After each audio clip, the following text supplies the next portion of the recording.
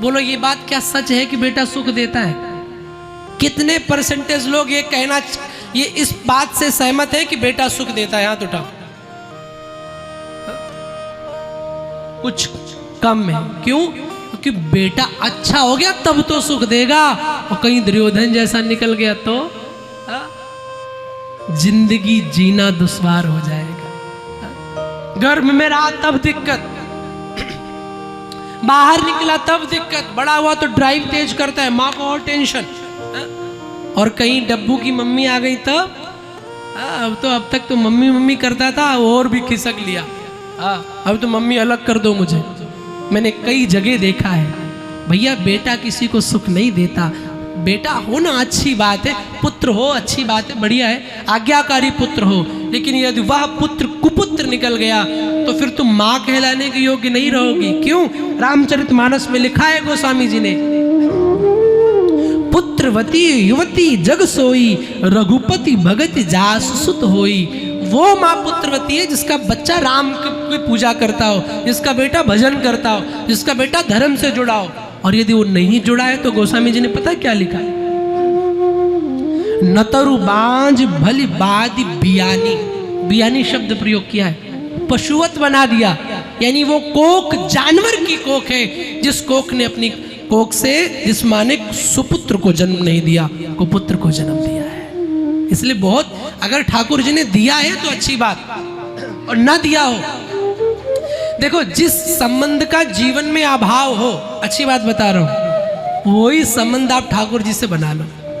आप सोचो, भगवान ने पुत्र शायद इसलिए ना दिया हो कि वो खुद पुत्र बनना चाहते हो, कभी ये सोचा? पुत्री शायद इसलिए ना दी हो कि खुद पुत्री बनना चाहते हो।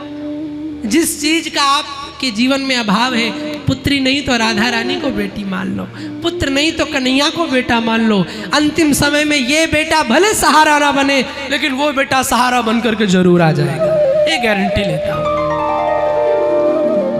तो पुत्र से सुख है उनको जिनके आज्ञाकारी।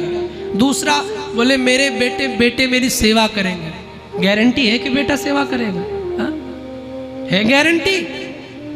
अरे कौन बतावे, लास्ट में लैपटॉप लेके बैठता और खांस भी तेज देना मम्मी तो कहता मम्मी थोड़ा धीरे, क्यों मीटिंग चल रही है। बचपन में तब रात भर बिस्तर गीला करता था, तब याद नहीं। जीवन की सच्चाई बता रहा हूं। और क्यों सेवा करवानी है? प्रभु से कहो ठाकुर सेवा तो वो करवाते जिनके डायबिटीज, जिनके कैंसर। तुम्हें कैंसर चाहिए तो फिर क्यों ये सोच की सेवा करेगा? अरे ठाकुर जी जीते जी चलते फिरते आपके यहाँ आऊं, सेवा की जरूरत ना पड़े। मैं मेरी राधा मैया से बोला एक दिन, मैंने कहा मैया अपन वृंदावन में आश्रम बनाएंगे और खूब सेवा करेंगे सब। मैया बोली नाना सेवा की आवश्यकता ना है लाला, सच्ची बात बता रहा हूँ, मुझे तो चलते फिरते जाना है बिहारी जी के यहाँ। यही जीवन की सोच होनी चाहिए। हाँ बिहारी जी। तीसरा बोले मेरा बेटा मेरा पिंडदान करेगा तब मेरी मुक्ति होगी। क्यों भाई, तुम्हें जीते जी विश्वास नहीं है? तुम पापी हो, तुम अधर्मी हो। हाँ क्यों पिंडदान? पापी हो क्या? विश्वास नहीं तुम्हें अपनी भक्ति पर? ऐसे लोग वही सोचते हैं कि मेरा बेटा पिंडदान करेगा जो पाप करते हैं। क्यों? जीते जी अपनी मुक्ति का उपाय ढूंढो ना। मरने के बाद किसने देखा? मरने के बाद कुछ नहीं, बेटा और बेटी बंटवारे में लग जाएंगे, हो गया पिंडदान तुम्हारा।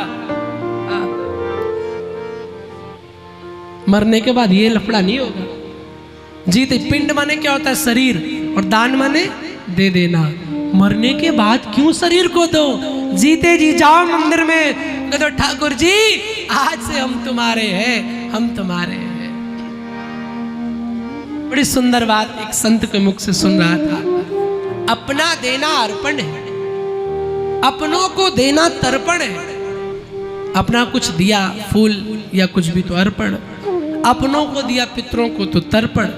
अपना देना अर्पण है, अपनों को देना तर्पण है, और अपने आप को देना ये सच्चा समर्पण है। सच्चा समर्पण करो ना, उसके बन जाओ।